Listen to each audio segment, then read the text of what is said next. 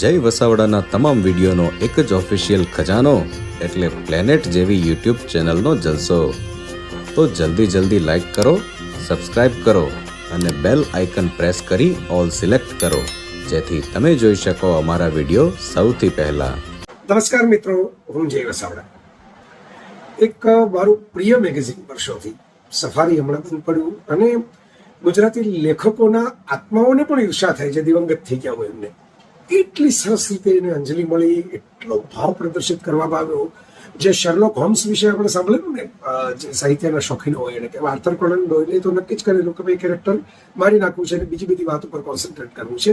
એની લોકપ્રિયતા એમને ખૂટતી હતી સર્જક તરીકે, કે બીજું કંઈ મારું જોવાતું નથી. પણ લોકોએ એટલો વિરોધ કર્યો, એટલી લાગણી પ્રગટ કરી અને શર્લોક હોમ્સ માટે એટલું બધું વાતાવરણ બની ગયું, મોમેન્ટમ બની ગયું કે શર્લોક હોમ્સને પછી નવી કથાની અંદર બ્રિજ ઉપરથી પડે છે, પુલ ઉપરથી, અને ત્યાંથી પાછો જીવતો નીકળે છે એવું કરીને એસ્ટાબ્લિશ કરવામાં આવ્યું. એ જાણીતી વાત છે. સફારી માટે પણ એવું થાય તો નવાઈ નહીં, અને થાય તો આનંદ જ થાય, કારણ કે ઘણા બધા લોકોને પ્રિય છે. એની ટીકા કરનારા લોકો હોય એને પણ લાગણી પ્રદર્શિત કરી અને વખાણ કરનારાઓ તો સ્વાભાવિક કરે. હા, એવું ખરું છે કે એના નામે જે કેટલીક રાજકીય ચર્ચાઓ ચાલુ થઈ ગઈ એ મોટાભાગના એવા લોકોએ કરી છે જે રેગ્યુલર સફારી વાંચતા જ નહીં. એ બચાવ કરનારા લોકો પણ નહીં વાંચતા હોય, ખાલી એમને કારણે એવું ચર્ચામાં ના કે ભાઈ ચાલો ડાબેરી જમણેરીનું ચાલે છે તો આપણે ઝુકાવી દઈએ, પણ એમને ખબર નહીં હોય કે એકચ્યુઅલ સફારીમાં રોજ શું આવે છે, દર વખતે શું આવે છે, દર મહિને. હવે પહેલાં તો હું મારી થોડી નોસ્ટાલ્જિયાની વાત કરું. મારે પહેલાં તો એક ખાસ અંજલિ આપવી છે, એના માટે જ આ વિડીયો બનાવું છું. નગેન્દ્રભાઈ મારા માટે તો મારા એક માનસ ગુરુ પણ રહ્યા છે. ભલે મારે કંઈ વારંવાર મુલાકાતનો તો કોઈ યોગ જ નથી થયો. શરૂઆતમાં થોડો સંપર્ક હતો, એ પણ ઓકેશનલ જ પ્રસંગોપાત હતો. વર્ષોથી તો એ પણ નથી ગયો. પણ હું ચોક્કસ સ્વીકારું, મેં અનેક વખત કહ્યું છે, લખીને પણ મૂક્યું છે કે ભાઈ જે કેટલાક લોકોમાંથી મને પ્રેરણા મળી લેખનની, રજૂઆતની શૈલીની. હું પ્રેરણા શબ્દ એટલે ઉપયોગમાં લઉં છું કે મારી પોતાની એક નોખી શૈલી છે, જુદો અવાજ છે, જુદા વિષયો પણ છે. પણ એમાં નગેન્દ્ર વિજય, નગીનદાસ સંઘવી, રજનીકુમાર પંડ્યા વિશેષતઃ, અને રમણલાલ સોની, ચંદ્રકાંત બક્ષી, આવા કેટલાક નામો, ઝવેરચંદ મેઘાણી, બધા ક્યાંક ક્યાંક રમેશ પારેખ, એ થોડું બધાનું પિંડ ગણવામાં ફાળો છે. અને નગેન્દ્રભાઈની તો ખાસ અઘરા વિષયની રસાળ રજૂઆત, એના શીર્ષકો બહુ જ ઉત્તમ કામ, અને વર્ષોથી. તો મેં તો એક મારું પુસ્તક અર્પણ કર્યું છે વિજ્ઞાન ઉપરનું નરેન્દ્રભાઈને, અને એક દીર્ઘ લેખ ઘણા વર્ષો પહેલા લખેલો. બહુ સરસ રીતે હું મૂકી નહોતો શક્યો એ લેખને, પણ કારણ કે કોલમમાં છપવા સમય એવડો તો હતો ને, એનાથી એ બહુ મોટો હતો એ લખેલો. તો ત્યારે મેં એનું શીર્ષક આપેલું ગુજરાતી વિજ્ઞાનના હિમાલય, નગેન્દ્ર વિજય. પણ એટલે એવું નથી કે ભાઈ નથી નગેન્દ્રભાઈ મને ગમતા, અથવા તો સફારી તો હું 2 નકલ આજની તારીખે, છેલ્લા અંકની પણ 2 નકલ છે મારી પાસે. રાજેશ બુક સ્ટોર નગેન્દ્રભાઈ માટે પણ બહુ પ્રિય છે, રમણીક કાકા મારા. એમાં પૂછી જુઓ કે ભાઈ કેટલો વખત મારા ફોન આવે. મારે બીજા કોઈ મેગેઝિન માટે હું પરદેશથી આવું તો ફોન ના આવે, પણ સફારી ના આવ્યું હોય તો ફોન આવે. કેમ સફારી નથી આવી, કેમ નથી બન્યું? અને 2 નકલ એટલા માટે કે 1 નકલ સંગ્રહ કરવા માટે ને 1 નકલ વાંચવા માટે, એટલે ચોળાઈ ન જાય. ભૂતકાળના અંકો જેમ થોડા ચોળાઈ ગયા છે. અને એટલી હદે મારો પ્રેમ રહ્યો છે સફારી માટેનો. પણ શરૂઆત કેવી રીતે થઈ એ પ્રેમની? તો સફારી મેગેઝિનનો અંક 1980માં જ્યારે બહાર પડ્યો ત્યારે મારા પપ્પા અપડાઉન કરતા રાજકોટ, અને એ રાજકોટમાં એમની નોકરી તો મૂળ ગોંડલ કોલેજમાં હતી, પણ એ સમયે જ્યારે કોલેજમાં વિદ્યાર્થીઓ પૂરતા ન હોય ત્યારે કોલેજના જે અધ્યાપકો હોય એમને બીજી જગ્યાએ પણ ફાજલ પાડીને મૂકવામાં આવતા, એવી સિસ્ટમ હતી જ્યારે સરપ્લસ કહેવાય. તો એ રાજકોટ સરપ્લસ અધ્યાપક તરીકે ત્યાં નિભાયેલા અને રોજ અપડાઉન કરતા. પપ્પાની થેલી એ મારા માટે પેલી હરમાયોનીના પર્સ જેવી મેજિક બોક્સ હતી, જેમાંથી જાતની વસ્તુઓ નીકળે. રોજ પપ્પા કોઈ, ત્યારે મોબાઈલનો યુગ જ નહોતો, ટેલિવિઝન ચેનલનો પણ યુગ નહોતો, તો રોજ પપ્પા કંઈક લઈ આવે. હું તાજું સમજવું થયેલું. નેચરલી કોઈ પણ બાળકને પહેલા 5-1 વર્ષની સ્મૃતિઓ તો એકદમ ઝાંખી હોય જ નહીં. પછી 6-7 વર્ષની થોડી ઇવેન્ટ્સ ચંક્સમાં યાદ હોય. મને યાદ છે કે મને બાળનગરીમાં પપ્પા લઈ ગયા હતા અમદાવાદની અંદર, અને ત્યાંથી અંતરા પ્રકાશનના કેટલાક પુસ્તકોના અમરચિત્ર કથાઓ લીધેલી. થોડી વાર્તાઓ વાંચી દેતા, સંભળાવતા, મમ્મી સંભળાવતી, મમ્મી ઘરે ભણાવતી. એ બધી સ્મૃતિઓની સાથે સફારી સ્મરણમાં છે, પાક્કું સ્મરણમાં છે. 1980 એનું 7-1 વર્ષનો થઈ ગયો છે. સફારીનો પહેલો અંક જે એ રિપ્રિન્ટ થઈને ઘણા પાસે છે અને ઘણા એના ફોટા મૂકે છે, એ થોડો પાતળો છે. પેલો તો દરદાર હતો, છંડો, એને પિન બાઇન્ડિંગ નહોતું, પણ પટ્ટી હતી, અને એ અંક બહુ જુદો લાગેલો મને. ત્યારે મને બાળ સામયિકો તો બધા લઈ આવવામાં આવતું, રમકડું, બુલબુલ, ઝગમગ અને ચંપક, ચાંદાબાબા બધું જ આવતું. પાછળથી બહાર પડેલા છૂક છૂક ને એવાય આવતા. તો એ રીતે હું બહુ ભાગ્યશાળી હતો. ફૂલવાડી, નિરંજન પણ સફારી બધા કરતા અલગ હતું. લેઆઉટમાં, ડિઝાઇનમાં કાંઈ ખબર ન પડતી. લેઆઉટ શબ્દ જ નહોતો સાંભળ્યો તો એ આંખને ગમી જાય એવું હતું. અને એના વિષયો પણ એવા હતા. અને એમાં આમ જેને કહેવાય ને બાળ સહજ ઉંમર હોય આપણી, વિસ્મય ઠાંસીને ભરેલું હતું. તો સફારી બહુ ગમી ગયું. અને એમાં નવા અંક રિપ્રિન્ટમાં નથી, પણ એમાં એક સ્પર્ધા હતી અને એ સ્પર્ધામાં ભાગ લીધો તો ઇનામ મળવાનું હતું, મોડલ વિમાન. અને એમાં મેં બહુ રસથી ભાગ પણ લીધેલો અને ઘણું બધું મહેનત કરેલી. મારા મમ્મી, પપ્પા અને હું અમે ત્રણેય બેસી ગયા હતા. ફેમિલી છે ને આને પણ કહેવાય કે ભાઈ મા બાપ અને બાળકો છે એ ભેગા થઈને આઈસ્ક્રીમ ખાવા જાય કે ભેગા થઈને સિરિયલ જોતા હોય, એ ફેમિલી લાઈફ છે એ તો છે ને. પણ ભેગા થઈને કોયડા ઉકેલતા હોય, પઝલ ઉકેલતા હોય, એમાં માથાપચ્ચી કરતા હોય એકબીજા સાથે રહીને, એ મારી બહુ સ્વીટ મેમરી છે મારા પેરેન્ટ્સ. તો અમે ઉકેલવા બેસી ગયા. મને હજી યાદ છે, હું તમને પુરાવો આપું કે હું ખાલી આમ હતી એક સ્પર્ધા એમ કરીને નથી કહેતો. એમાં એક પાછળથી બહુ જાણીતું એ ખબર પડી કે ઓપ્ટિકલ ઇલ્યુઝન છે. ઓપ્ટિકલ ઇલ્યુઝનની દુનિયામાં પણ એક સસલું છે કે બતક છે એ શું છે એવું ઊંધું કરીને બતાવવાનું ચિત્ર હતું. તો આવું બધી સ્પર્ધાઓ આવી. પછી સફારીનો બીજો અંક, ત્રીજો અંક, ચોથો દિવાળી અંક લગભગ હતો, ત્રીજો કે ચોથો. અને એમાં પણ અલગ અલગ વિષયો. એ વિષયો હજી હું યાદ કરતો હોઉં છું. ક્યાંક પેલું માઉન્ટ રશમોરની વાત હતી ને ક્યાંક ગુસ્તાવ એફિલની વાત હતી ને અલગ અલગ એવા વિષયો અને અડધા અંકો આવતા. અને એમાં દેવ ગઢવીના કાર્ટૂનને એકમાં તો આખી કાર્ટૂનની સંતરી વાળી એવી ચિત્ર વાર્તા આખી આવેલી, રણમારી, એ પણ મને હજી યાદ છે. અને લાંબી દાઢી મણી નીકળતી હોય એવી એ બહુ મૌલિક ચિત્ર વાર્તા હતી. કારણ કે સફારીમાં એ વખતે પાછળ પહેલા ભેગા કરો અને એક ચિત્ર બની જાય એવા ગ્રાફિક છપાતા. જે પાછળથી ખ્યાલ આવ્યો કે મેડ મેગેઝિન જે ઇંગ્લિશનું આવતું એમાં છપાયેલા એ હતા. અને એમાં કાર્ટૂન જે આવતા એ પણ એમાંથી આવતા, મેડમાંથી આવતા. અને એવા સરસ રીતે એ મારા હૃદયમાં ઘર કરી ગયું. પછી ખબર પડી કે આમાં સ્કોપના તંત્ર છે. એટલે સ્કોપ વાંચવાની જેટલી મેચ્યોરિટી નહોતી ત્યારે, પણ પછી સ્કોપના કેટલાક અંકો પણ મેં ભેગા કર્યા પાછળથી અને વાંચ્યા. પછી સફારી ત્યારે પણ થોડું ધીમું આવતું હતું, નિયમિત નહોતું આવતું અને બંધ થઈ ગયું. એનું એ વખતે મને યાદ છે, એનું ભૂલ ન કરતો હતો. કદાચ મારી આમાં ભૂલ થતી હોય, ઘણા વર્ષો થઈ ગયા, 45 વર્ષ થઈ ગયા, તો મને આમ ભૂલ થતી હોય. પણ 72 રૂપિયા નવાજમ હતું કદાચ, અને એ પણ ભરેલું, પણ અંકો ના આવ્યા રેગ્યુલર. અને બંધ થઈ ગયું. ડચકા ખાતું પાછું શરૂ થયું. વળી કંઈક 1-2 અંક આવે, બંધ થઈ ગયું. એ વખતે મને એ પણ યાદ છે કે ઓછા અંકો એવા હોવા છતાં સફારીએ જે છાપ પાડી દીધી હતી એક અલગ જ હટકે મેગેઝિનની, અને એ વખતે પણ જે જમાવટ કરેલી, તો વન્ડરફુલ નામનું તમને એમ જ લાગે જોઈને કે સફારીના નામે જ ચીલા ચાતરીને એની કોપી માટે જ શરૂ કરવામાં આવ્યું છે એવું એક મેગેઝિન બહાર પડેલું. કન્ટેન્ટ તો એમાં પણ સરસ આવતો, સારી રીતે લખાતો.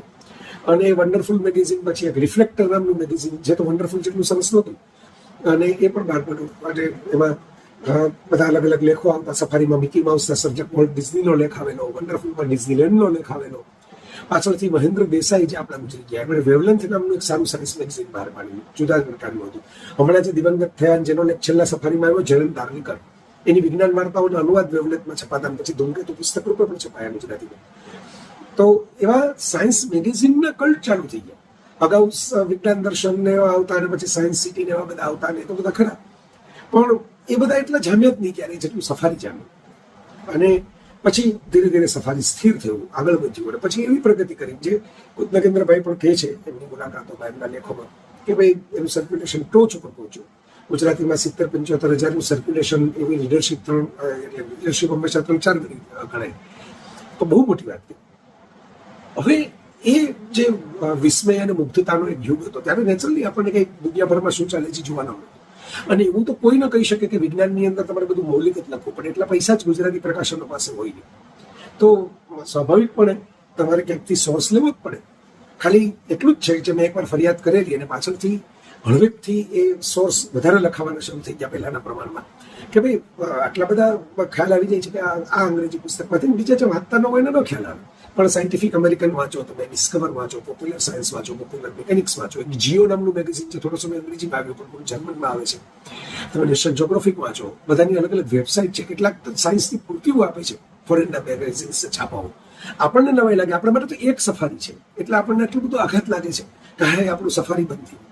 પણ સફારીનો કન્ટેન્ટ પણ જ્યાંથી આવે એ પ્રકારના જે મેગેઝિન કે જ્યાંથી જેની સામે જોવું પડે, હવે નેચર નામનું મેગેઝિન, એક લાઈફ નામનું મેગેઝિન જે પણ બંધ થઈ ગયું અનફોર્ચ્યુનેટલી, અને એક મેડિકલ જર્નલ આવે છે અલગ અલગ પ્રકારના, એવા મેગેઝિન બ્રિટનના અને એના તમે વાંચો તો તમને ખ્યાલ આવે કે એ બધા કેવા કેવા આવે છે, હજી આવે છે, આજની તારીખે આવે છે, ડિજિટલ યુગમાં આવે છે, એની મુશ્કેલીઓ પડે છે તોય બહાર પાડે છે. બહુ મોટો બેઝ છે કારણ કે ઇંગ્લિશનો છે, કલરમાં બહાર પાડે છે, ગ્રાફિક સરસ અદ્ભુત કરીને બહાર પાડે છે. તો સાયન્સ મેગેઝિનોની આખી એક લેગસી છે. અને આપણે એક સફારીથી આટલા અરખાઈ જતા હોય તો દુનિયામાં એવા દેશો છે જેની પાસે આવા 10-12 સફારીઓ છે, એ પોતાના ઓરિજિનલ મૌલિક જૂના ઓરિજિનલ. એટલે એ સમજવું જોઈએ આપણે. અને એટલે કારણે આપણે હાલતા ચાલતા આપણી સંસ્કૃતિ મહાન અને પશ્ચિમની સંસ્કૃતિ ખરાબ એવું કહીએ છીએ, પણ આપણે એ જ મોડલ છે સફારી કે સ્કોપનું મોડલ જ છે, એ વેસ્ટર્ન મોડલ છે કે આ પ્રકારના મેગેઝિન હોવા જોઈએ જે લોજિક ના હોય, જે બાળકો અને ટીનેજર્સને ધ્યાનમાં રાખીને જેમાં સાયન્સના લેખો લખાય, જેમાં ગ્રાફિક્સ આવે, સાયન્સને લગતા ઇન્ફોર્મેશન આવે, ઇન્ટરેસ્ટિંગ રીતે એને રજૂ કરવામાં આવે, રસાળ રીતે એની રજૂઆત હોય. પુસ્તકો પણ એવા લખાય જ છે રેગ્યુલરલી. કાર્લ સેગનનું કોસ્મોસ હોય કે ભાઈ અલગ અલગ આઈન્સ્ટાઈન પરના પુસ્તકો હોય, પરદેશમાં તો બહુ નીલ ટાઇસનના ને તમે વાંચો તમને ખ્યાલ આવે રસાળ રીતે વિજ્ઞાન કેમ રજૂ કરવું, પણ અંગ્રેજીમાં હોય છે. હું સલામ માનું નગેન્દ્ર દાદાને કે એમણે મૌલિકતા સાથે ગુજરાતીની પોતાની, કારણ કે અમુક આપણા પર્સપેક્ટિવ એ પણ ઉમેરવા પડે તમે જ્યારે આ વસ્તુઓનો કન્ટેન્ટ રજૂઆત કરો ત્યારે. એ કર્યું અને એ કર્યામાં કશું જ ખોટું નથી કર્યું. એક આખી પેઢી અમારે જેવાની ઘડાઈ. હું ભાભા એટોમિક રિસર્ચ સેન્ટરની અંદર એટોમિક એનર્જીની નિબંધ સ્પર્ધામાં ભાગ લેવાનો જીત્યો તો આર ચિદમ્બરમ સાહેબ જે અણુશક્તિ પંચના વડા હતા ને તાજેતરમાં એમને પણ આપણે ગુમાવ્યા. બહુ મોટું નામ હતું અણુ વિજ્ઞાની તરીકે અબ્દુલ કલામ સાહેબની જેમ.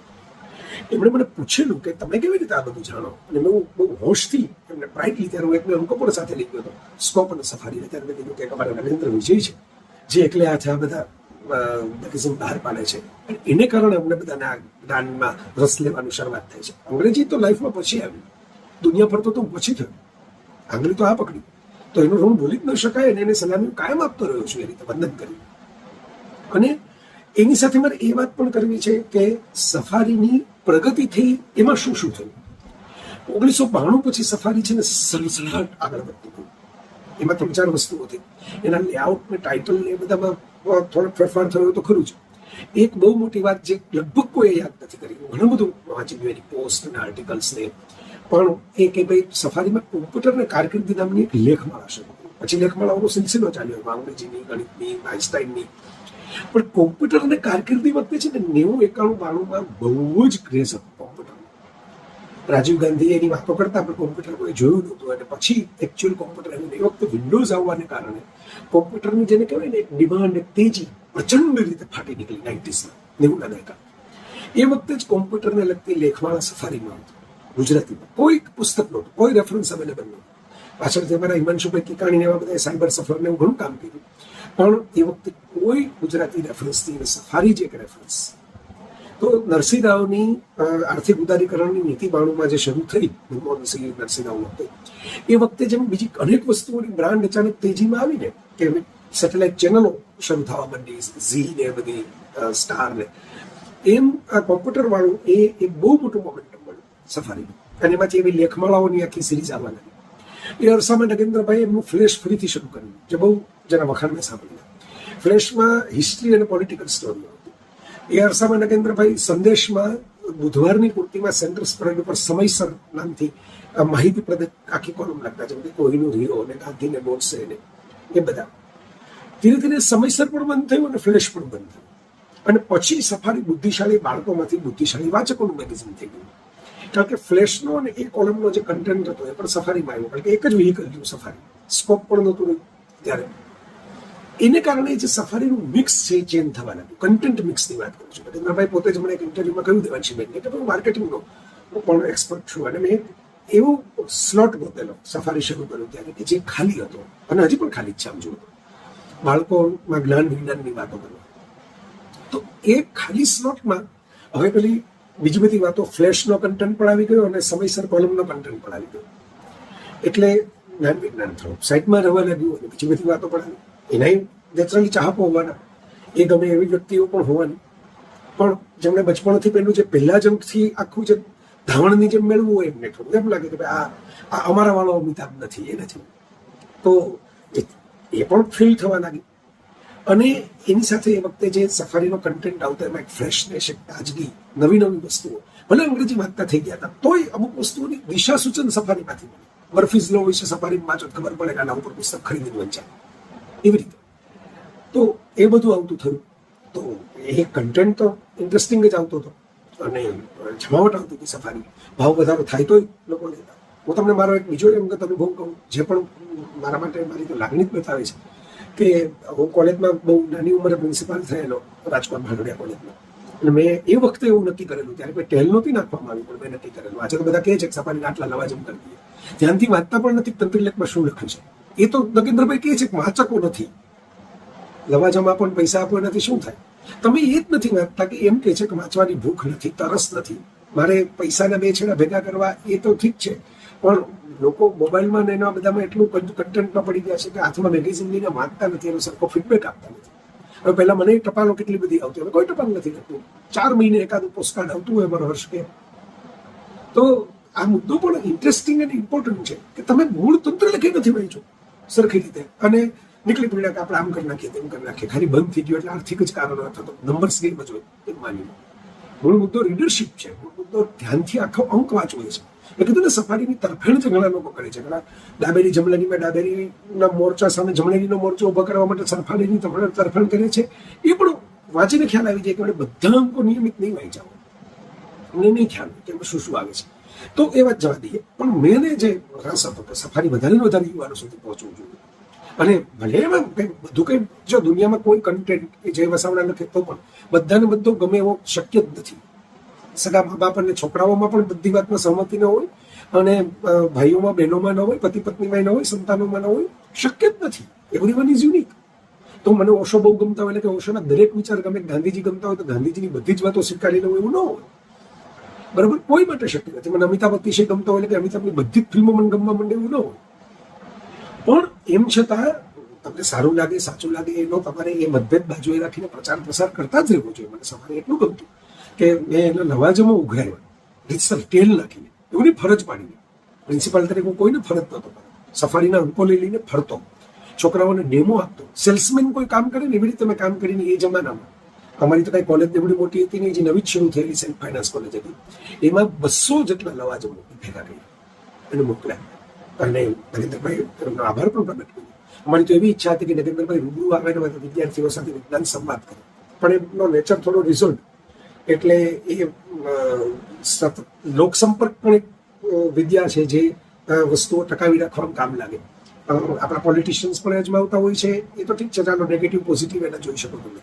પણ ઘણી બધી બાબતોમાં એક જનસંપર્ક, જેમાં જે ફિલ્મ સ્ટારો પણ પ્રમોશન કરવું હોય તો લોકો વચ્ચે જાય, ક્રિકેટરોને પણ જવું પડે, અને ગાંધીજી પણ જતા રેગ્યુલરલી. લોકસંપર્કને કારણે જ ગાંધીજીની અમુક વાતો લોકોને સ્વીકાર્ય નહોતી લાગતી, એ પણ લોકો સ્વીકારવા લાગ્યા હતા. તો એ નગેન્દ્રભાઈ મને બહુ ફાવે નહીં ને ગમે નહીં, અને એમ કે મારા વખાણ થાય એવી જગ્યાએ મારે નથી જવું. મને ના પણ પાડેલી કે ભાઈ હું નહીં આવી શકું. પણ વિદ્યાર્થીઓને અમે તો ખાસ નરેન્દ્રભાઈ કોણ છે એની હું વાતો કરતો, અને સફારી વાંચવાના આગ્રહ કરતો, અને આજની તારીખે કરેલા છે, એવું નથી કે ત્યારે જ કર. મારા ઘણા વ્યાખ્યાનોના વિડીયો તમે આજ પ્લેનેટ જેવી ચેનલ ઉપર જોજો. જે વ્યાખ્યાનો સ્કૂલ કોલેજને લગતા હશે, નોલેજને લગતા હશે, એમાં કોઈ થીમ હશે, અને કોઈ પૂછે, કોઈ સવાલ પૂછ્યા હોય તો એવું કહું. ક્યાંક લાઇબ્રેરીઓમાં મેં વિઝિટ કરી હોય ને, ત્યાં મેં ટકોર કરેલી છે કે સફારી જેવા મેગેઝિન હોવા જોઈએ, તમે વસાવો એવા પુસ્તકો લો, એ પ્રકારના મેગેઝિનો 2 નકલ 3 નકલ વધારે લોકો પ્રમોટ કરો. એટલે એ તો હું સ્પષ્ટ માનું છું કે ભાઈ કશું જ નથી ત્યારે તમે સફારીનો દીવડો આટલો લાંબો પ્રગટો, એ પણ બહુ મોટી વાત છે. અને હું તો અંગત રીતે એવું ઈચ્છું કે હજી હું તો પ્રિન્ટનો માણસ છું, હું હજી કિન્ડલમાં પણ પુસ્તકો નથી વાંચતો, આસાન રહેવા છે. મુસાફરીમાં પણ પુસ્તકો સાથે રાખું છું, મેગેઝિન સાથે રાખું છું. તો મને હજી ગમે છે પ્રિન્ટ હાથમાં લઈને વાંચવું. તો એ વાત મારી વ્યક્તિગત છે. પણ મેં આવું કરેલું. મને નરેન્દ્રભાઈનો એક સન્માન સમારંભ અમદાવાદમાં યોજાયેલો, ત્યાં પણ હું ગયેલો, ચરણ સ્પર્શ કરેલા. સરસ અમને વાત કરી. મને હજી યાદ છે હાથી દાંતના વેપારવાળી હનુમાન ચાલીસા જેવી ચોપડી. હું નહીં કહું આખું શું વાત હતી એ, ક્યાંક ક્યાંક બોલેલો છું ટૂચકા રૂપે, પણ નરેન્દ્રભાઈ ટૂચકો બોલેલા, અને એવી સરસ મજાની વાત હતી, રોયલ એનિમલ વાળી. તો મારા શ્રદ્ધેય મારા મમ્મીને કેન્સર ડિટેક્ટ થયું 2002ની સાલમાં. તો કોઈ ડૉક્ટરને આપણે ફોન કરીએ ને, મને મારા મનમાં એવું હતું કે ભાઈ નરેન્દ્રભાઈ 2002 એટલે હું તો ત્યારે મોટો થઈ ગયો હતો, કોલેજમાં ભણાવતો, પણ છતાંય એમ હતું કે નરેન્દ્રભાઈ પાસે કંઈક ઉકેલ હશે. એ વિજ્ઞાન મહર્ષિ છે.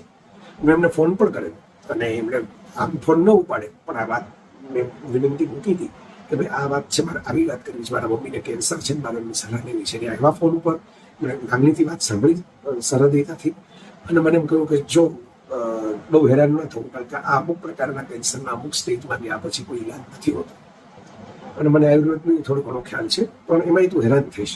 પણ અમુક વસ્તુ આપણે સ્વીકારવી પડે. કેન્સરની અમુક બાબતો પાછળથી હમણાં પણ સફારીમાં કેન્સર પરનો એક લેખ આવેલો દીર્ઘ, તો એવું વાત પણ કરેલી. એટલે આટલી હદે તમે ટૂંકમાં હું એમ સમજાવું છું. અને મને એવું વ્યક્તિગત રીતે લાગે છે કે રવજીભાઈ સાવલિયા, જેને બહુ વહેલા ગુમાવ્યા, જેનો સંવાદમાં ખાસ બોલાવીને ઇન્ટરવ્યુ કરેલો, નરેન્દ્રભાઈને કારણે હું સાયકોલોજીકલી એમને ઓળખતો છું. એવા મજાના માણસ હતા કે રવજીભાઈ જો જીવતા હોત તો સફારી બંધ પણ ન થયું હોત અને કોઈ ફરિયાદો ન રહી હોત કોઈને. એવા માણસ હતા રવજીભાઈ. બહુ યાદ કરું રવજીભાઈને પણ મારો ઇન્ટરવ્યુની કોપી પણ મારી પાસે સચવાઈ નથી કમનસીબે. અધરવાઇઝ તો હું તમને બતાવત કે કેવા માણસ હતા રવજીભાઈ.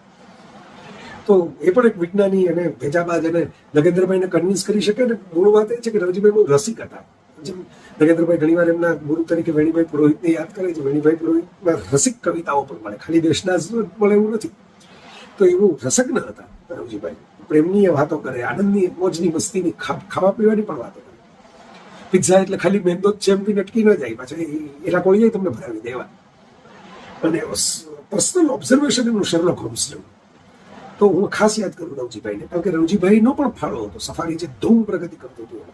એમણે પણ નવા વિષયો અને નવી વાતો અને બધું ઘણું બધું ઇન્જેક્ટ કરેલું એવું મને લાગે છે, મારું અનુમાન છે. પણ હતું. અને હવે પાછળથી એવું થવા લાગ્યું ગ્રેજ્યુઅલી.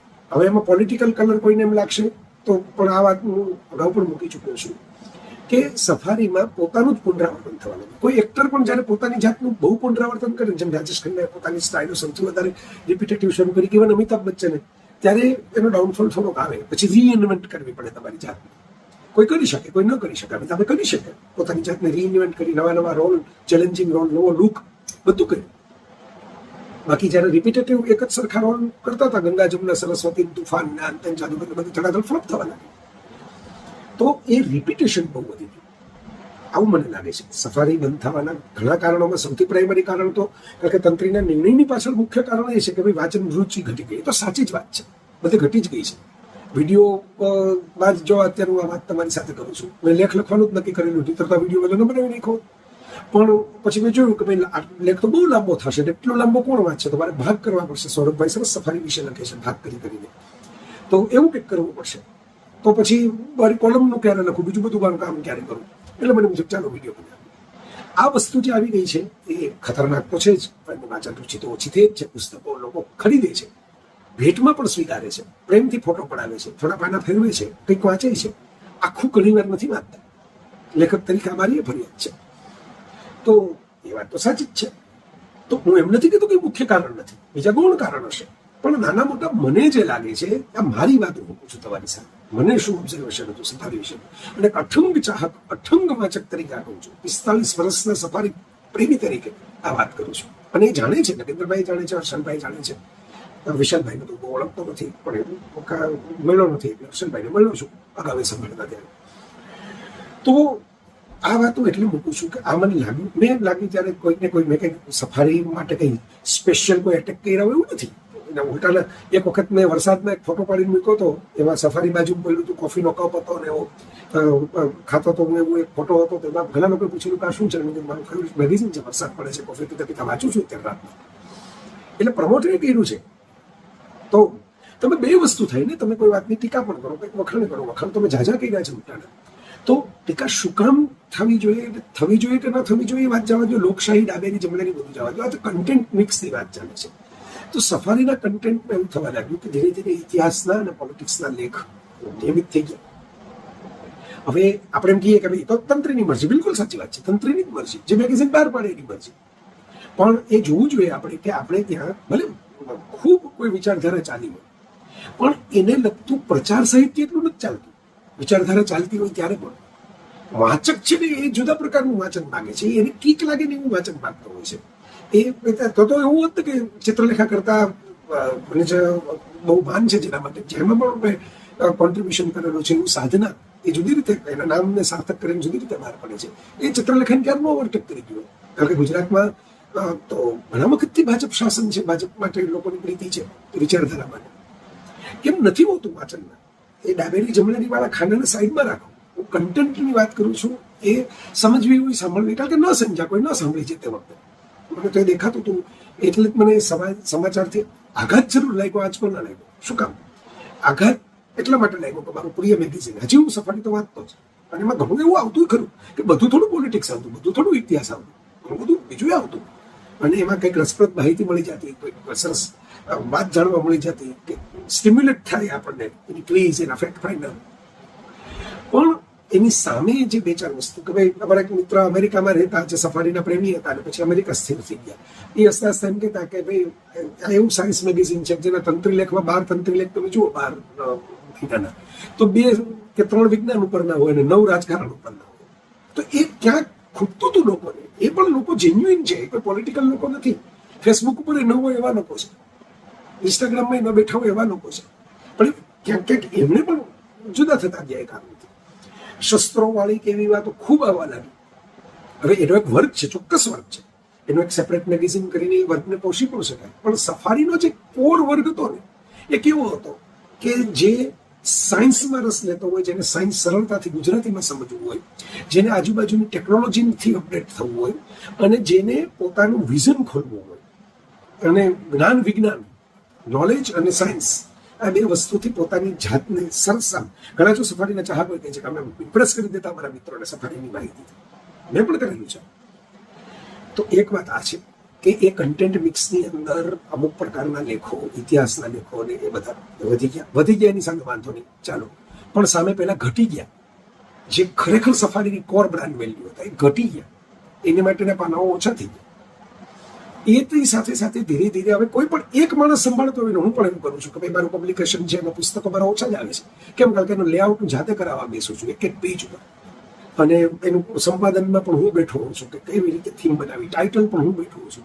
એક માણસ જ બધી જવાબદારી લે તો સ્વાભાવિકપણે કામ ધીમું પડે, તો ટીમ બનાવવી પડે. હવે હું મેગેઝિન નથી ચલાવતો, પણ પ્રકાશન કરવું હોય તો ટીમ બિલ્ડિંગ જોઈએ, સેકન્ડ લાઇન ઓફ લીડરશિપ જોઈએ, અને એ કોઈ પણ લાગુ પડે. હવે ભારતીય માનસિકતા, આપણે જેને આપણી સંસ્કૃતિ કહીએ છીએ, એમાં એક આ પણ છે કે આપણે છે ને વ્યક્તિ કેન્દ્રીય માનસિકતા છે, સિસ્ટમ સેન્ટ્રિક નથી.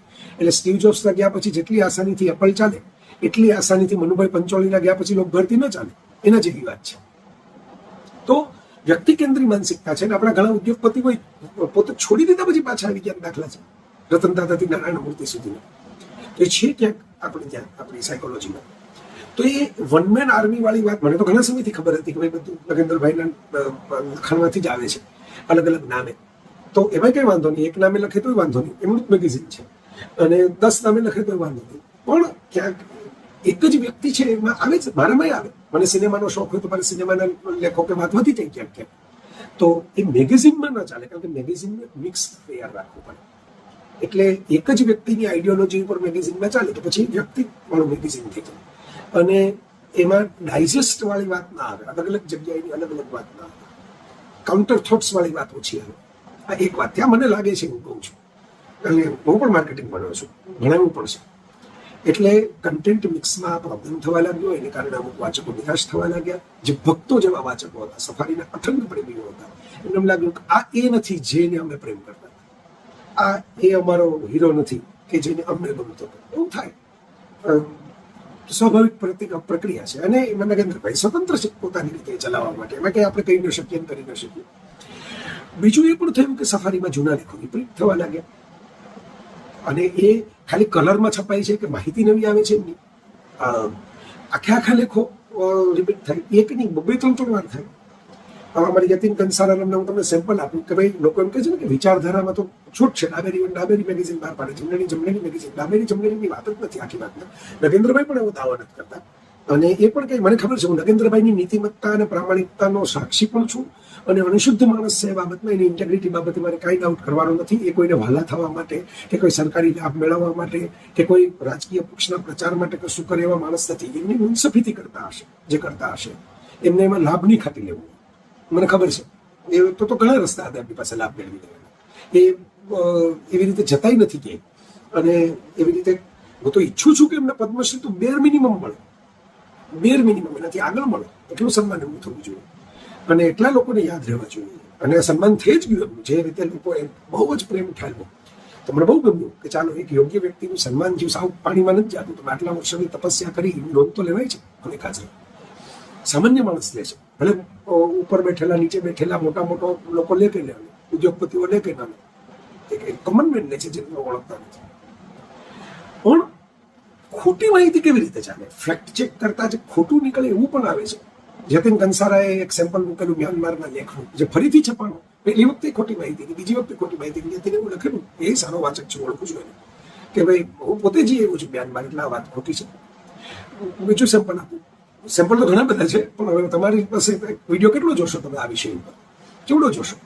તો બીજું સેમ્પલ આપું કે ભાઈ સુભાષચંદ્ર બોઝ આઝાદી અપાવી એવું એટલી બોલેલા, પાછળથી વિઝિટ કરી ત્યારે કલકત્તામાં ભારત આઝાદ થઈ ગયા પછી, એવું સફારીમાં છપાઈ ગયું. આવું નથી બોલેલા. મેં એનો આખો લેખ લખેલો, પુરાવાઓ આધાર સહિત, નામ સહિત, પુસ્તકો સહિત, એના કાઉન્ટર સહિત. આ ફેક્ચ્યુઅલી ખોટી વાત છે. આ તમે માનો કે સુભાષબાબુ ગાંધીજી કરતા મહાન હતા, એ વિચારધારાની સ્વતંત્રતાની વાત છે. પણ તમે એમ તો ન કહી શકો ને કે ભાઈ રિઝર્વ બેંક ઓફ ઇન્ડિયાની નોટ ઉપર જે ફોટો છપાય છે, જે તમે ગોળ ચશ્માવાળો જુઓ છો, કે સુભાષચંદ્ર બોઝનો છે, જે ફેક્ચ્યુઅલ કરેક્શનની જરૂર પડે. તો આવું સફારીમાં વધવા લાગ્યું. પાછળના અંકોમાં તો છાપ ભૂલો વધવા લાગી. એટલે પ્રિન્ટિંગ મિસ્ટેક્સ ઘણી બધી વધી ગઈ હતી. અમુક લેખો, ઘણા લેખોમાં કદાચ ઉંમર સહજ હશે કે બહુ લાંબો થઈ ગયો એટલે એમ નક્કી કર્યું હોય કે આપણને એમ લાગે કે આ લેખ આગળ ચાલે અને મૂળ વાત ઉપર આવી એટલે તો અચાનક એનો સમટાઈ જાય, સંકેલો થઈ જાય. એટલે અધૂરું રહે તો માણસને તરસ રહે, એ એક વાત થઈ. પણ જે વાત જ જે ખોલવી જોઈએ એટલી ખુલે નહીં તો કેવું વિચિત્ર લાગે. કેન્સર જેનું હમણાં ઉદાહરણ આપ્યું, એ લેખ જ એનું એક ઉદાહરણ છે. તો એવા લેખો થાય કે જે શરૂઆત બહુ પોળાપણે થાય અને પછી અચાનક જ જાણે પિક્ચરનું બજેટ ઓછું હોય ને કેમ પેલા ડાયરેક્ટરે અચાનક ક્લાઇમેક્સ શૂટ કરી લીધો એવું લાગે, એવું થાય. તો વાંચનારને તો એ પણ કઠવાનું. તો રિપીટેશન, કન્ટેન્ટ મિક્સ, એની સાથે ફેક્ચ્યુઅલ અમુક બાબતો, ગાંધીજી વાળી વાતોમાં પણ ફેક્ચ્યુઅલ, ગાંધીકૂટને કારણે ગાંધીજીને કંઈ મળ્યું જ નથી એવું, એને પણ મેં 4 લેખની સિરીઝ કરેલી. બરાબર, એ તમે એક સ્ટેટમેન્ટ તરીકે, ક્વેશ્ચન માર્ક તરીકે મૂકો લોકોને, એ અલગ વાત થઈ. અને આ સટલ થતું હતું. કુંબળા વયના મગજના ઘણી મગજ વિદ્યાર્થીઓ માટે સફારી બનાવી અને સફારી એવું સ્ટેન્ડ રાખેલું કે હવે જાહેરાતની છાપી, આવા તેવા ફોટાની છાપી. હવે આ જો ફેક્ચ્યુઅલ એરર છે, એમણે તંત્ર લેખમાં લખ્યું કે ભાઈ હું ખોટી માહિતી ન છાપું જાહેરાતમાં. પછી એમાં એમ પણ લખ્યું કે ભાઈ સનાતન ધર્મની વિરુદ્ધ જે ટૂંકા કપડાવાળી છોકરીઓ પ્રમોશન કરતી હોય, ટૂંકા કપડા સનાતન ધર્મની વિરુદ્ધ ક્યાંથી થઈ ગયા? ભારતના 1000 વર્ષ પહેલા કયા શિલ્પોની અંદર, દક્ષિણમાં જાઓ, ઉત્તરમાં જાઓ, જ્યાં બચેલા છે શિલ્પોમાં ત્યાં જાઓ. હું ખજુરાહોની વાત નથી કરતો, કોણાર્કનું ખજુરાહો, કોઈ પણ મંદિરમાં જાઓ, શામળાજી જાઓ, મોઢેરા જાઓ, ગુજરાતમાં જાઓ, બાવકા જાઓ, દાહોદમાં. એની ટૂંકા કપડાવાળી વાત નથી. સંસ્કૃતમાં વાલ્મીકી રામાયણમાં કે ભાઈ ટૂંકા કપડા ન પહેરાય, આવા જ કપડા પહેરાય, કે બધા વસ્તુ એ ઢાંકવાવાળી તો વિક્ટોરિયનની ઇસ્લામિક સિસ્ટમ છે.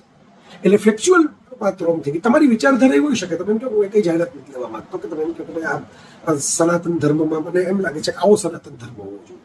પણ સનાતન ધર્મમાં આવું ક્યાંય હોય તો મનુસ્મૃતિની કે પુરાણોની ધારા છે. વેદ ઉપનિષદની અંદર આવી વાતો નથી. વેદ ઉપનિષદના તો વર્ણનો ઘણા બધા જુદા પ્રકારના છે, એટલે શૃંગાર અને રસિકતા એનો ધારો છે. આ વાત હું એટલા માટે કહું છું કે ફેક્ચ્યુઅલ, ચાલો લોકો વાંચનારા તો ઘણી વાર ખબર નથી પડતી. આપણે ત્યાં તો કેટલાક લોકો ટીવીમાં આવીને એમ કહે ને કે આ પેજ નંબર ઉપર આમ લખાયેલું છે, અને લોકો માની જ લે છે. કોણ પુસ્તક ખોલીને જોવે છે કે ભાઈ પેજ નંબર છે કે નહીં? મેં તો અમુક વખતે જોયા છે પુસ્તકમાં એવું ટાઇટલ સાચું હોય, પેજ નંબર એ હોય જ નહીં, એટલા પેજનું પુસ્તક જ ન હોય. પણ ટીવીમાં ઠાકથી બોલી જાય એટલે માણસો એમ માને કે હો કેટલાક નાની જેવી છે.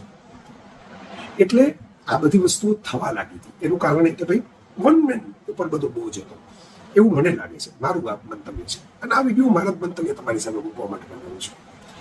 સામે પક્ષે એ પણ છે કે એક સૌથી મહત્વની વાત, આ ફેક્ચ્યુઅલ એરર, આ સ્ટેન્ડ, એવું નથી કે નગેન્દ્રભાઈ દરેક વખતે કે અમુક કરશે. આપણે એક વખત એવો લેખ લખેલો વૈદિક ગણિત છે એ હમક છે, તો એવું નથી. પણ પછી અમુક લેખોમાં એવું આવવા માંડ્યું કે જેમાં આત્મા અને પરમાત્મા અને એમનો શોખ છે જ્યોતિષ, એવું ઘણા મિત્રો પાસેથી મેં સાંભળ્યું છે. અને એના વિશે એક લેખ આવે એ તો બહુ ગમે આપણને. પણ મુદ્દો એ નથી. મુદ્દો એ છે કે અમુક વાતના જવાબમાં કે લેખની અંદર એ બધા એલિમેન્ટ્સ આવવા માંડ્યા.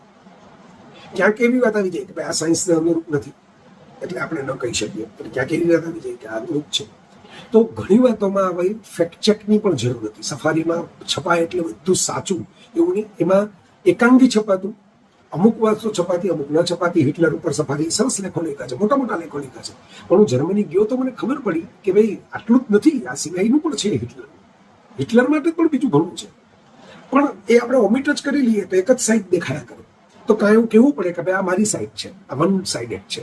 અથવા તો બે સાઈડ મૂકીને એમ કહેવું પડે કે ભાઈ હવે તમે નથી કરો. અથવા તો બંને સાઈડને બેલેન્સ કરીને લખવું પડે. પણ પોતપોતાની મુનસફી છે. પણ આ બધું છૂટું છૂટું ધીમે ધીમે નુકસાન કરતું હોય. કોઈ તરત ન ઊભા થઈને પ્રોટેસ્ટ કરે. આપણે ત્યાં છે ને ભારતમાં એક સમજી લેજો બરાબર, બોલકો વર્ગ જે છે ને એ બોલકો બહુ હોય, એકના એક જ વર્ગ બોલકા હોય. એ સાહિત્ય હોય તો પણ ભલે, એ રાજકારણ હોય તો પણ ભલે, એ સિવાય બહુ મોટો વર્ગ મૌન રહે છે. એ ફિલ્મોની વાત હોય તો પણ ભલે, એ સાહિત્યની વાત હોય તો પણ ભલે, એ ચૂંટણીની વાત હોય તો પણ ભલે, પણ એ બહુ મોટો વર્ગ જે મૌન રહે છે ને એ પોતાનો અભિપ્રાય ચૂપચાપ વ્યક્ત કરી દેતો હોય છે. એ બોલવા જ નથી આવતો, એ અભિપ્રાય દેવા જ નથી આવતો, એ કોમેન્ટની ચર્ચાઓ કરતા જ નથી આવતો. અને એ જ એવો વર્ગ છે કે જેને તમે કસ્ટમર કહી શકો, જેને તમે ચાહક કહી શકો. મોટા ભાગે કશું જ બોલતા નથી. શાહરૂખ ખાનની અચાનક ફિલ્મ ફ્લોપ થઈ ગઈ ત્યારે કોઈ બોલવાનું હતું આવ્યું, કે ઘરે કાગળ લખવાનું હતું આવ્યું, કે રસ્તા ઉપર નહોતું આવ્યું. અને અચાનક હિટ થઈ ગઈ બ્લોકબસ્ટર. એ જ વર્ગ છે કે જેને નથી ગમતી ત્યારે એમને જવા દીધું, ગમવા માંડી તો પાછા આવી ગયા. હવે મહત્વની અને લગભગ છેલ્લી વાત, કારણ કે ઘણું બધું થયા, હવે વિડીયોમાં કંઈક કેટલાક બોલ્યા. મેં એટલે જ કીધું હતું કે લેખનો વિડીયો બનાવ્યો. સમય મુજબ સફારીમાં વિષયો નવા ના આવ્યા, થોડા ઘણા. ક્યારેક ક્યારેક મોબાઈલની વાત આવે, ક્યારેક ક્યારેક કંઈક નવી વાત આવે, પણ ઓછી આવે. એ એકાદો લેખ હોય એનો જે વધારે આવવાની જરૂર હતી એવું મને લાગે છે. કારણ કે ટાઈમ મુજબ મિક્સ ચેન્જ થવું જોઈએ. હવે તંત્રીશ્રીના અમુક વિષય પ્રિય હોય, જેમ કે પર્યાવરણ, પ્રાણીઓની, પશુ પંખીઓની સેન્સીસ ને, એલિયનનો, આકાશનો ઈટીનો મેસેજ ને, બ્રહ્માંડ કેટલા છે ને કેટલા નહીં ને, એટલે એની વાતો ફરી આવ્યા. પણ તમે બીજા સાયન્સ મેગેઝિન ઇન્ટરનેશનલ લેવલના જુઓ, જેમાંથી ઘણું બધું સફારીમાં આવે, પણ એના ગ્રાફિક જે છે એના બહુ જુદા. પણ સફારીના ગ્રાફિક જુનવાણી જ રહે. એ ગ્રાફિકની સ્ટાઇલ ચેન્જ થઈ જ નહીં હવે સમય મુજબ. અને પેલો આકૃતિ એક આ પાને જુઓ ને તે પાને જુઓ ને એ આકૃતિ એક સાથે મૂકી દેવી ને બાજુમાં લખાણું, એ સેટઅપ પણ ના આવ્યું બહુ ખાસ. અને પ્રિન્ટિંગમાં પણ કાગળ સરસ વપરાય, પણ વચ્ચે તો કાગળ પણ નબળો વપરાયો હતો. તો એ બધી વસ્તુઓ કામ કરતી હોય છે સાયકોલોજીકલ રીતે. નવા વિષયો, હવે નગેન્દ્રભાઈને ના ગમે, પણ લવના સાયન્સ ઉપર પણ કેવા સરસ આખા પુસ્તકો લખાયેલા છે. કન્ઝ્યુમરના સાયન્સ ઉપર, એના સાયન્સ ઉપર, ચોઇસના સાયન્સ ઉપર, કેટલા બધા નવા વિષયો છે. તમે બાળકોનું નથી બનાવતા, વાચકોનું જ મેગેઝિન બનાવો છો, તો એટ્રેક્શનથી માંડી અને ડિપ્રેશન સુધીના વિજ્ઞાન લઈ શકાય. આવું ઘણું છે. મોબાઈલની કેટલી બધી વસ્તુઓ લઈ શકાય. ઓફ લેટ તો મેં એવું પણ જોયું કે જે સમજૂતી આવતી હોય ને, એ જે સફારીની ઓરિજિનલ સમજૂતી હતી કે કોઈ પણ અઘરો વિષય એકદમ આમ ચમચીથી તમને માં પીવડાવતી હોય જેવી રીતે દ્રાવણ એમ ગળે ઉતારી દે, શીરાની જેમ લસરક. એને બદલે થોડું એ સમજૂતી પણ ક્લમઝી થવા લાગેલી. ક્યાંક અંગ્રેજી શબ્દો જ વધારે હોય, ક્યાંક એને સમજાવવા માટે ઉદાહરણ હોય, એ ફટીક હોય, થાક હોય, જે હોય. તો આ જ થતું હતું એવું હું નથી કહેતો, ફરી વાર કહું છું, સરખું સાંભળજો, સરખું સમજવાની કોશિશ કરજો. આવું પણ થતું હતું. મોરબીનો ઝૂલતો પુલ તૂટ્યો ત્યારે મને ખચુક્યું, કારણ કે નરેન્દ્રભાઈ તો એવા માણસ નથી જેને પોલિટિકલ કોઈ ફાયદો લેવાનો હોય. પણ એમણે અનુનાદના રિઝોનન્સના સાયન્સ ઉપર આખો લેખ લખ્યો, એક અક્ષરનો પણ ઉલ્લેખ ન કર્યો કે આમાં કાચું કામ છે. સીટે, હાઈકોર્ટે, સરકારની પોતાની કમિટીએ બધાએ આવ્યું, પુરાવાઓ આવી ગયા, ટીવીમાં બતાવવા દેવામાં આવ્યું, કામ કાચું હતું પુલનું, જૂના રિવેટ નાખી દેવામાં આવેલા વસ્તુઓના, બેદરકારી હતી. લોકો આવી ગયા તો અનુનાદનું સાયન્સ, એની પણ જે ઓપરેટર હતા એમની બેદરકારી હતી કે આટલા બધા લોકોને એક સાથે એમણે જવા દીધા. અને ખાલી ભીડને કારણે તૂટ્યો છે એવું નથી, કાચું કામ હતું એમ પણ તૂટ્યો છે. આવું બધું હું નથી કહેતો, તો કોર્ટમાં મુકાયેલી છે આ વાત. તો એમાં અનુનાદનું સાયન્સ એ ત્યારે વિજ્ઞાન બરાબર છે, તમે અનુનાદનું સાયન્સ એમાં મૂકો એક ઘટના, પણ એક પેરેગ્રાફ અપેક્ષિત હતો ત્યારે, નહીં તો પછીના કોઈ તંત્રી લેખમાં કે એમાં કે ભાઈ આમાં આ કરપ્શન પણ છે, ખાલી અનુનાદના સાયન્સને કારણે પુલ નથી તૂટી ગયો. તો આવી વસ્તુઓ મને વ્યક્તિગત થોડીક ખૂંચતી, પણ એમ છતાં મારો પ્રેમ અખંડ હતો. આવું તો થાય ને, આપણે લાંબુ લગ્ન જીવન ચાલે ને તો એમાં એવું નથી થતું. હું નજરે જોઉં છું મારા મિત્રોમાં પણ, મારા સગાવાલાઓમાં પણ, કે લાંબા સમય ભેગા રહે પછી શું થાય, પહેલા જે વસ્તુ માટે આકર્ષણ હોય તો ધીરે ધીરે સહજ થઈ જાય, કારણ કે તમે લાંબા સમયથી સાથે છો. અને એકબીજાની થોડીક ખામીઓ કે ખટકા કે ઝઘડા કે માથાકૂટ કે ચર્ચા કે વિસંવાદિતા જેને કહેવાય એવું પણ થાય. એનો અર્થ એવો નથી કે તમે પ્રેમ ઓછો કરતા થઈ જાઓ, તો ડિવોર્સ થઈ જાય. તો પછી સફારીનો ઘણા કહે ને કે તો સફારી વાંચ્યું જ નથી, પછી તો ટીકા શેના કરો છો, વાંચતા જ નથી. તમારે ટીકા કરવા માટે પણ પહેલા તો બધું વાંચવું જોઈએ. તો મારો તો પ્રેમ છે, મને સફારી બંધ થયો જરાય નથી ગમ્યું.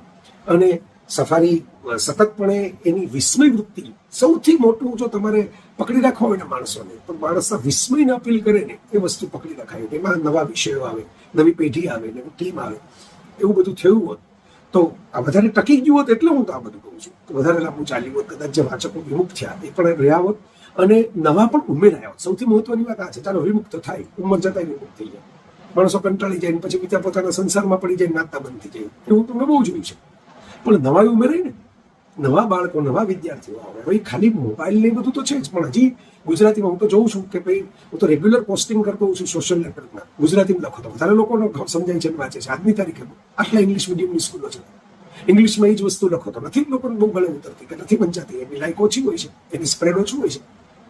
એટલે ગુજરાતી માધ્યમ કંઈ સાવ ગાયબ થઈ ગયું, ગુજરાતી ભાષા લખાતી વંચાતી બંધ થઈ ગઈ એવું તો છે ને. એના છાપાઓ બહાર પડે છે, મોટી મોટી સાઇટ જેમ વકીલા અને એવી બધી સાઇટ ઉપર જે બધી હિટ્સ હોય છે તો એ ગુજરાતીમાં જ સાઇટ છે, કે અંગ્રેજીમાં તો છે ને. એટલે બરાબર છે કે નવું હોવું જોઈએ, ડિજિટલ ખાલી સફારીની એડિશન જ થાય એવી એપ હોવી જોઈએ. અને ઘણા લોકો હર્ષલભાઈની, નગેન્દ્રભાઈને ટકરાવની વાત કરે છે, સાવ અંગત વાત છે, એમાં મારે ન પડવાનું હોય. અને એ મને ગમતું નથી કે ભાઈ એની વાત કોઈ નહીં પણ કોઈ કરે, તો એમાં હું પડતો જ નથી, એમાં પડ્યો જ નથી. હર્ષલભાઈએ પોતાની રીતે કોલમ લખી, એ પણ હું રેગ્યુલર વાત, એમને પુસ્તકો મેં તો વસાવેલા છે. નગેન્દ્રભાઈ બહાર પાડી, એ પણ વસાવેલા છે, વિજ્ઞાનની વાતો વસાવી. અને હર્ષલભાઈ વિજ્ઞાનના પુસ્તક બહાર પાડ્યા, એ પણ વસાવ્યા. પણ હર્ષલભાઈ વારંવાર લખતા અને સફારીમાં હતા લાંબો સમય સુધી, એટલે નેચરલી મોટાભાગના લોકોને એ વૈચારિક વારસદાર તરીકે લાગે. વિશાલભાઈનો મને પરિચય નથી, એટલે એમના લખાણો મેં વાંચ્યું નથી. પણ એ તો સાચી વાત છે કે હર્ષલભાઈની થોડી નવી ટેકનોલોજીની વધારે સમજ હોય તો જનરેશનની વાત છે. મારા કરતાં 25 વર્ષ નાનો હોય, મારે 5 વસ્તુ પૂછ્યું જ પડે મારા મોબાઈલ માટે.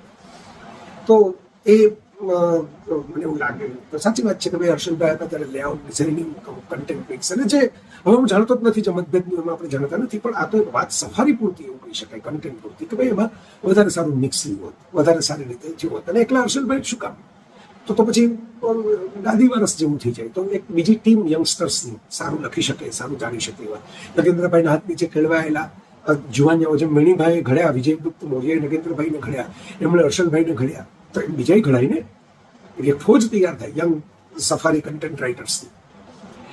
તો એ સપનું જ રહી ગયું.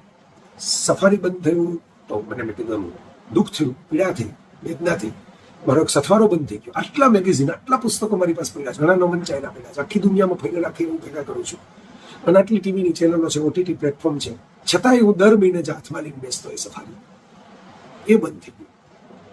અને પ્રિયજન 45 વર્ષનો સથવારો જતો હતો, એ જેવી કેવી વાત છે. સફારી મારી મા મારા જીવનમાં જેટલા વર્ષો એના કરતાં લગભગ બમણા સમય સુધી એ કંઈ ભૂલી ન શકાય એવી વાત છે. આ જીવન સફારીને ભૂલી નહીં શકે. નગેન્દ્રભાઈ ઉપકાર કર્યો છે ગુજરાત ઉપર, ગુજરાતી ભાષા ઉપર, હું ભૂલી નહીં શકું. અને મેં કંઈક નાની મોટી જે ટીકા કરી તો એ તો ભારતના જ વારસામાં છે કે વંદન કરીને પણ જે સત્ય હોય કહેવું પડે, નચિકેતા વૃત્તિ તો રાખવી પડે. સનાતનના સાચા વારસા તો આ છે. શૃંગારિકતાના વિરુદ્ધ, રસિકતાના વિરુદ્ધ કોઈ સનાતનના વારસા નથી, તાલિબાનના વારસા છે. પણ એ સંભાવ ક્યાંક તો એવું થયું જ છે કે સફારીમાં જે નગેન્દ્રભાઈની વ્યક્તિગત જે વિચારધારાઓ હતી, પોલિટિકલ અને જે સ્ટેન્ડ હતા, એ વધવા લાગ્યા. અને એને કારણે એ જે ગમતું જે પાત્ર હતું એમાં થોડોક ફેરફાર થયો જેમ થાય. પણ એ બધા સહિત હું કહું છું કે સફારીનો પ્રેમ બંધ નથી ગયો તો ભૂતકાળ ન વાપરતો, પ્રેમ કરું છું. હજી એ સફારીના જે લોકો પડ્યા છે એનો પ્રેમ કરતો રહીશ, એને યાદ કરતો રહીશ, એની વાત કરતો રહીશ, વખાણતો રહીશ. એક આખી પેઢીને મારું ચાલે ત્યાં લગી, મારી વાતો પહોંચશે ત્યાં લગી કહેતો રહીશ કે એક નરેન્દ્ર વિજય પણ ગુજરાતે પેદા કર્યું, જેને એટલે હાથે આવી એક સરસ મજાનું કામ કર્યું. વિદેશમાં જઈને મેં કીધેલું છે આ વાત. 2004માં પહેલી વખત અમેરિકા ગયો ત્યારે હું નામ લઈને બોલેલું છું નરેન્દ્રભાઈનું. એટલે આ કહેતો રહીશ, એમને સલામી આપતો રહીશ, એમને વંદન કરતો રહીશ. પણ ક્યારેક એવું થાય કે ભાઈ અમુક વાતો જે ન ગમે તો આપણે કઈ કુરુક્ષેત્ર બની નથી બેઠા, પણ ક્યારેક ક્યારેક મેં અભિપ્રાયો આપ્યા છે ને આપતો પણ રહીશ કે ભાઈ તો દ્રોણ અને ભીષ્મ સામે લડવાનું હોય તો અર્જુન ચરણોમાં મૂકે, પણ પછી સાચું જો છે, ધર્મ જે છે, નીતિ જે છે, ન્યાય જે છે, નિયમ છે, મુજબ એને જે સાચું લાગે કે. અને આમાં કોઈ વિવાદની વાત જ નથી, અને વિવાદ તરીકે લેતા પણ નહીં. આજે પણ મારો આદર બંધ છે નરેન્દ્રભાઈ માટે, સફારી માટે મારો પ્રેમ બંધ છે. અને પૂછજો તમે, જો હું ખોટું કહેતો હતો, રાજેશ મુખસ્ટરના મિત્રોને કઈના માટે મારે સૌથી વધારે ફોન આવતો હોય દર મહિને દુનિયાના કોઈ પણ ખૂણેથી, મેં ફોટા પાડી પાડીને મંગાવ્યું એવું છે કે ભાઈ મને આ મહિનો તો હું ટ્રાવેલિંગમાં છું, મને ફોટો પાડીને વાંચું, મારે વાંચવું છે બેઠા બેઠા.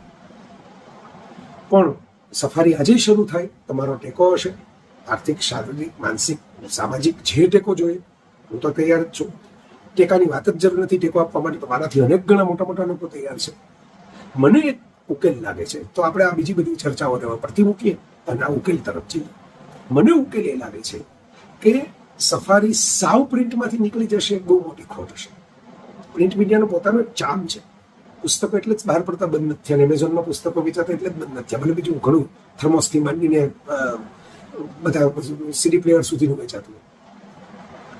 તો એ ચામ ટકાવી રાખવા માટે સફારીને દર 3 કે 4 મહિને બહાર પડતું એક મોટું જરા જાડું દળદાર, બધા જેવું દિવાળી અંકેના જેવું એવું કરી શકે.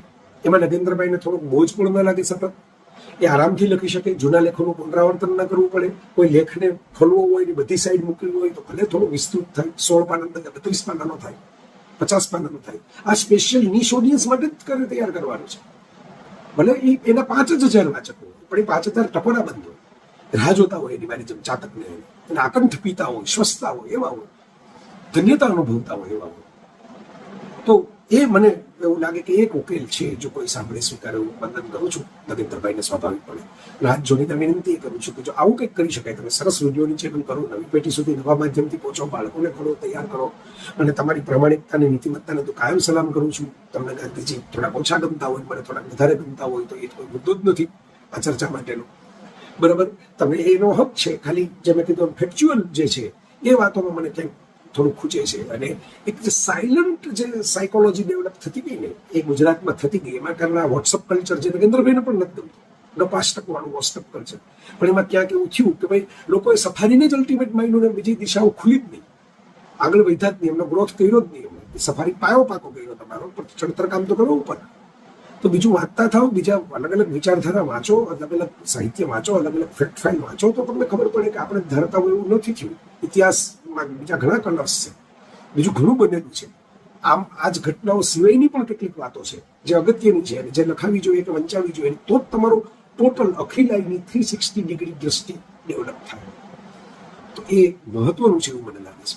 અને એટલે જ મિત્રો આ વાત સમાપનમાં હું તમને કહું છું કે જો બંને થાય, બેસ્ટ ઓફ બોથ હોય, કે આરામથી રિલેક્સ મોડમાં સફારીના વર્ષે 3 અંકો કે 4 અંકો, 3 મહિને કે 4 મહિના આવે સ્પેશિયલ ઓડિયન્સ માટે, સ્પેશિયલ કેટેગરી માટે.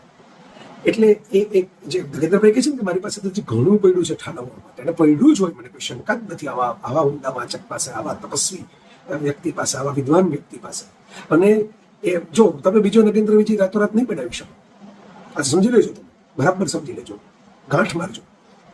એમની પાસે જે ભાષા, જે એમને જે કાળખંડ જોયા અલગ અલગ 75 વર્ષમાં, એમના ઇકોનોમીના અમુક વિચારો તો મને બહુ સાચા જ લાગ્યા છે.